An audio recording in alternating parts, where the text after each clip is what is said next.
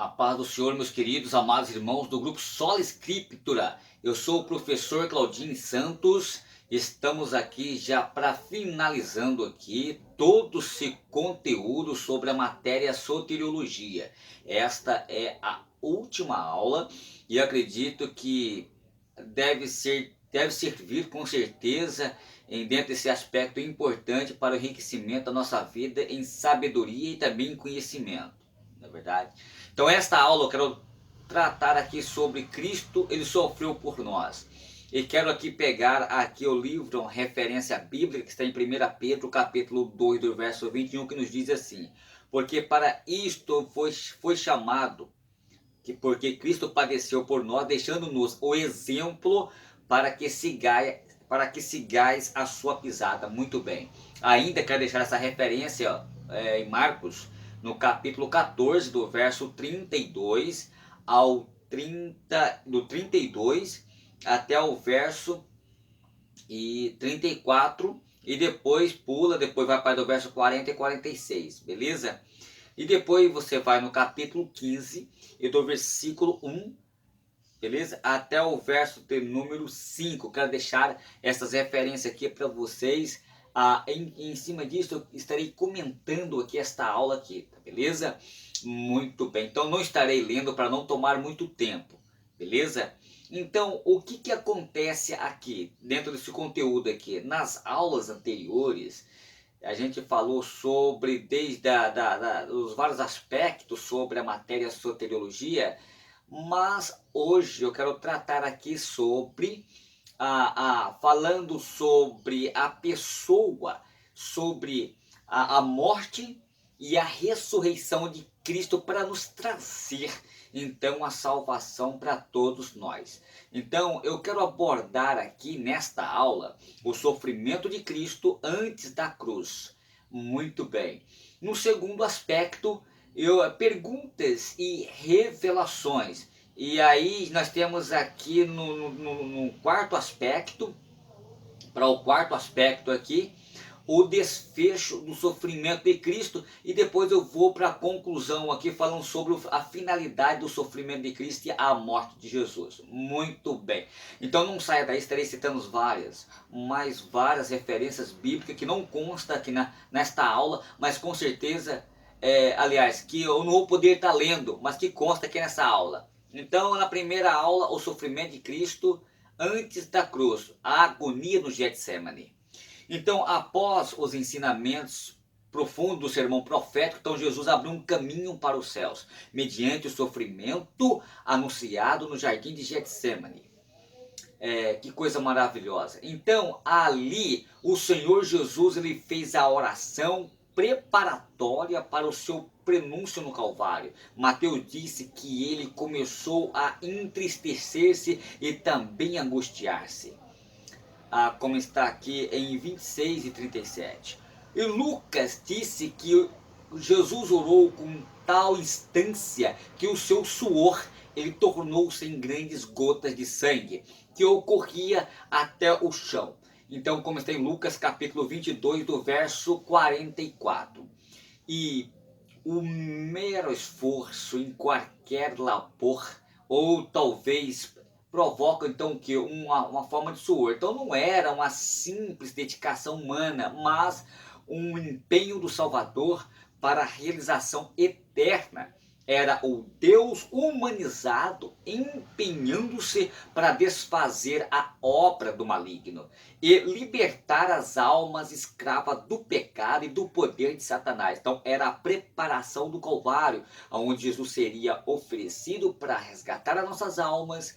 E neste momento então que ele disse: a minha alma está profundamente triste até a morte, como está em Mateus capítulo 26, do verso 31 em diante. Então Jesus teve uma tristeza profunda, e muito profunda, que o seu suor ele se tornou em gotas de sangue. Ou seja, segundo a ciência médica, hematidrose é exatamente as pequenas veias finíssimas que está sobre as glândulas sudoríparas dos pequenos poros que está sobre a nossa pele, eles rompem e o suor sai. e de vez saiu só o suor, então saiu o sangue junto com o suor e corria nas suas vestes. Então ali foi um primeiro momento que Jesus começou a derramar o seu sangue no jardim de Getsemane. Muito bem. Então, os motivos da agonia do Getsemane. Então, no Getsemane, veja bem. Então, o Senhor orou, Pai, meu Pai, se fosse possível, passa de mim esse cálice, mas como está em Mateus capítulo 26, do verso 39. E esta oração ela tem sido interpretada erroneamente de que Jesus teve medo da morte.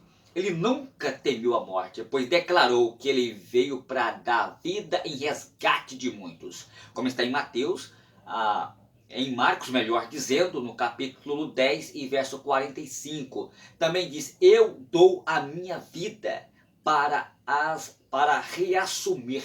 Ninguém a tira de mim. Eu espontaneamente a dou e tenho autoridade para entregar e também para reavê-la. Ou seja, eu tenho o poder de dar a vida, como também tenho o poder de tirá-la, como está em João capítulo 10, verso 17 e 18. Muito bem. Então a decisão de Jesus no jardim de Getsemane, depois de orar, quando chegou sua vez, então Cristo ele concluiu, meu Pai, se não é possível passar de mim esse cálice sem que eu beba, mas faça-se segundo a tua vontade, como está em Mateus 26 e verso 42. Em resposta a esta oração, diz o evangelista Lucas, então lhes apareceu um anjo do céu e o confortava. Que coisa maravilhosa, hein? Então o cálice, entretanto, não passou de Jesus sem que ele o bebesse. E isso significa, então, significava o sofrimento do Calvário. Então, se Jesus não, ou seja, se Jesus não o sofresse, o sofreríamos então para sempre. Se Jesus não tivesse entregado totalmente, nós sofreríamos para sempre. Seria impossível a nossa salvação sem o sacrifício expiatório de Cristo. Então não tinha como, era Cristo morrendo ou o nosso resgate não seria válido. Muito bem. Então, queridos, dentro do segundo aspecto aqui desta aula, perguntas e revelações. Então, durante o julgamento de Cristo perante Pilatos, então estabelece então os governadores romanos e os judeus um diálogo muito profundamente significativo. Então, as perguntas e também respostas apontavam para o próprio Deus, como relações do seu plano salvador. Então, em primeiro aspecto, que mal fez ele? Foi uma pergunta, Mateus 27 e 23. Sem caráter da pergunta, significaria então afirmar que Jesus não praticou mal algum. Isso nos ensina que duas grandes verdades que permeiam a doutrina da salvação. Primeiro, a impecabilidade de Jesus. A impecabilidade é a característica encontrada exclusivamente no Senhor Jesus. A todos os demais homens que vieram ao mundo, desde Adão até os nossos dias, aplicam-se essas palavras. Não há um justo, nenhum sequer. Todos se extraviaram e todos fizeram-se inúteis, não há quem faça o bem. Romanos capítulo 3, verso 10 ao verso 12. Todos pecaram e destituídos estão da glória de Deus. Como está em Romanos capítulo 3 e verso 23.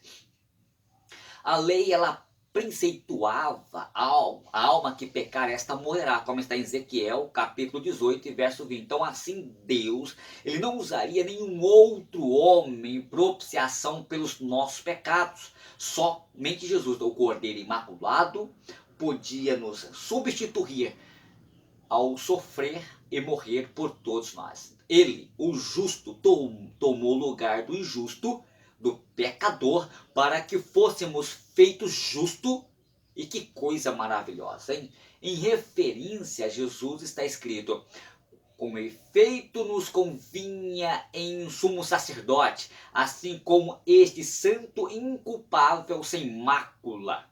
Como está em Hebreus, capítulo 7 e do versículo 26. Ele não cometeu pecado e nem na sua boca achou engano, como está em 1 Pedro, capítulo 2, do verso 21 e 22. Segundo aspecto, se Jesus tivesse praticado mal, não poderia realizar a obra propiciatória em nosso favor. Se Cristo tivesse submetido ao julgamento pelas autoridades por algum crime ou por algum pecado que ele tivesse cometido, teríamos então admitir que ele morreu pelos seus pecados. Mas, ao contrário, Pilato diz que Jesus era justo, como está em Mateus, capítulo 7, verso 24. Ele declarou: não vejo neste homem crime algum, como está em Lucas, capítulo 23, do verso 4. Dele está escrito: Cristo morreu em uma única vez pelos pecados, pelos pecados dos justos e pelos injustos, para conduzir-nos a Deus, como está em 1 Pedro, capítulo 3, verso 18. 3 em diante.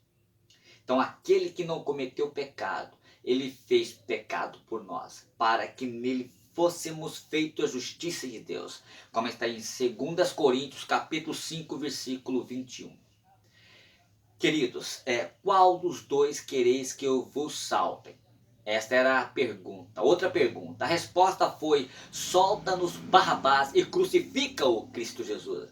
Os judeus, eles erraram escolhendo Barrabás, mas foi satisfeito o desígnio de Deus de entregar ao seu Filho Santo, inocente, a morte, e que o malfeitor fosse liberto. Se Barrabás tivesse crucificado em benefício, nenhum benefício não sobreviveria sobre a sua morte. Seria apenas um malfeitor, mais um morrendo pelos seus crimes. E, contrário, em Jesus se cumpriu a predição divinamente inspirada.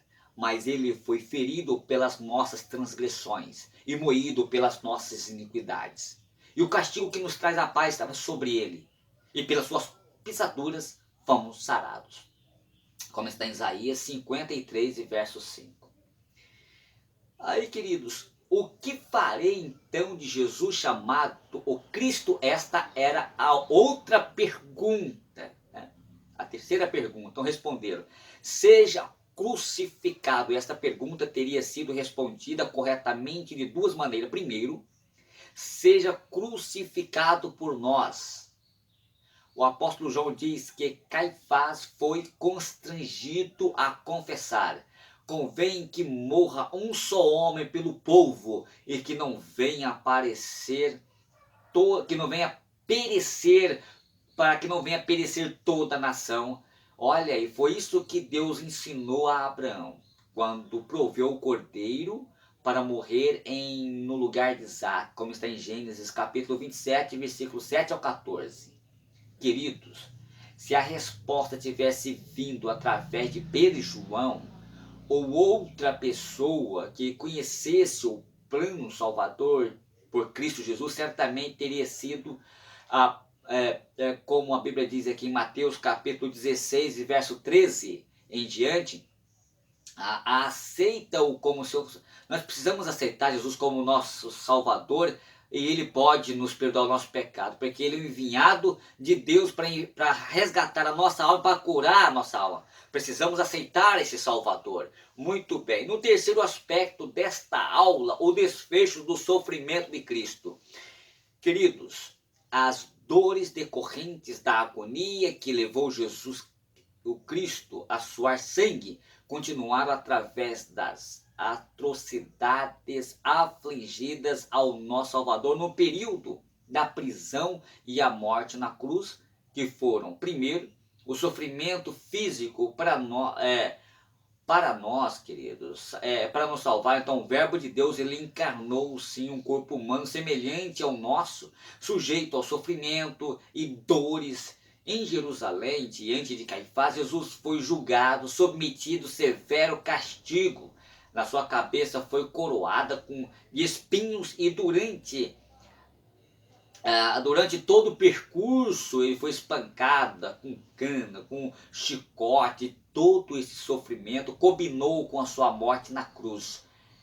Foi espancado com com chicotes, foi chicoteados, com ossos nas pontas. A posição em que ficava a pessoa crucificada não havia como aliviar o seu sofrimento, pois em qualquer tentativa de mudança de posição, mais aumentava as suas dores do crucificado. Então, tudo isto estava predito a respeito de Cristo Jesus, como em Lamentações, capítulo 1, versículo 12. Então, o sofrimento moral e psicológico. Queridos, o Filho de Deus, a respeito de quem os anjos receberam a ordem para adorar, era um objeto de escárnio, de zombaria por parte dos soldados romanos que haviam predido e agora o espancavam. Ao invés de prestar-lhe adoração, Lucas escreve aos que aos que zombavam Jesus, davam pancadas, ou seja, eles, vendo-lhes os olhos, disse, profetiza-nos a quem é e quem te bateu, como está em Lucas 22, e versos 63 e 64. E a gente vai ver aqui em Salmos 22 e verso 7, como também Isaías 53 e verso 3. A reação do Senhor, do nosso Senhor, diante das tais sofrimentos revelam a sua inteira obediência à vontade do Pai. Ele realizava a obra salvífica que o Pai lhes confiava. Deste modo, mesmo injuriado e escarnecido, suplica: Pai, perdoa-lhes, porque não sabem o que fazem. Como está em Lucas 23 ao 34. Assim o Senhor cumpriu o papel de mediador, intercedendo pelos pecadores, conforme havia predito pelo profeta Isaías 53 e 12. Então, o sofrimento, queridos irmãos, espiritual. Então, Jesus não foi simplesmente um mártir, mas uma vítima propiciatória preparada por Deus para substituí-los da condenação que nós merecíamos em nossos pecados. Os seus sofrimentos chegaram ao auge no momento em que na cruz tomou sobre si os nossos pecados e foi desamparado pelo Pai. E ele clamou: Deus meu, por que me desamparaste? Mateus 27, 46. Este foi o seu maior sofrimento, ser desamparado e exposto a toda a severidade da lei de Deus. Então, ultrajada pelos milhares de pecados de todas as gerações, assim, queridos, o autor da redenção, e sofreu a dor física, moral, espiritual, desamparado pelo Pai, ao tomar sobre si os nossos pecados para reconciliar-nos com Deus, como está em 2 Coríntios capítulo 5, verso 19. Quero terminar aqui esta aula aqui, que a finalidade do sofrimento e da morte do Senhor Jesus. Beleza? Então, queridos irmãos, o sofrimento de quem lhes, ou seja, o sofrimento de quem colhe os frutos de um viver alheio ao próprio citos de Deus não tem finalidades animadoras e nem gratificantes. Jesus sofreu ao executar o plano divino que previa resultados eternos, considerados a sua finalidade. Então, primeiro, Jesus sofreu e morreu por nós, para aniquilar o pecado pelo sacrifício de si mesmo, como está em Hebreus, capítulo 9, versículo 26. Ele é o Cordeiro de Deus que tira o pecado do mundo, como está em João, capítulo 1, versículo 29. Segundo, para que o corpo do pecado seja destruído, e não servimos mais ao pecado como escravos, como está em Romanos capítulo 6 e verso 6. O sofrimento de Jesus teve por fim libertar-nos da escravidão do pecado, como está em João capítulo 8, do versículo 32 ao 36. Em terceiro aspecto, para que nos consideremos mortos para os pecados e vivos para Deus, como está em Romanos capítulo 6 e verso 1. Os que vivem no pecado, mesmo vivos, estão mortos. Olha aí, como está em 1 Timóteo, capítulo 5, do versículo 6. Quarto aspecto, para que o pecado não reina sobre para que o pecado não reine sobre nós. No nosso corpo, o pecado dominado sobre as paixões, como está em Romanos 6:12. Queridos, Jesus tomou os nossos pecados em seu corpo para que nós não seja instrumento de iniquidade, mas de justiça. Como está em Romanos capítulo 6, e verso 13 ao 19. Em sexto aspecto, para que a vida de Jesus não se manifeste em nosso corpo. Ou seja, propiciando-nos a felicidade nesta vida, o apóstolo Pedro declara que Cristo foi enviado para nos abençoar, no sentido de que cada um se aparta de suas perversidades, como está em Atos capítulo 3 e verso 26. Se cremos que Cristo sofreu por nós, o que acontece aqui? Então é fácil de nós admitir que ele padeceu esta sublime finalidade, que são expressões máximas do seu amor e a segurança de nossa eterna salvação. Queridos, fica aqui com essa aula muito, mas muito resumida, e que a morte de Cristo fez com que nós sejamos vivos hoje. Então, se nós temos Cristo em nossa vida, nós vamos realizar fruto, produzir frutos. A salvação, ela tem que produzir frutos. A árvore tem que produzir fruto. Fruto é obra, as duas andam juntos. Se você é um cristão e não tem frutos, você corre o risco de ser não um cristão salvo. Uma árvore que tem fruto é porque ela produz. Se você não produz, é porque você não é uma árvore frutífera. Então a árvore que não produz, como está em Mateus, o machado está posto à raiz das árvores. A que não produzir é cortada e lançada no fogo. Que Deus possa cuidar de cada um de nós, para que nós venhamos produzir frutos dignos de arrependimento. Fico com essa aula muito resumida e um abraço do seu amigo hoje sempre, Claudine Santos.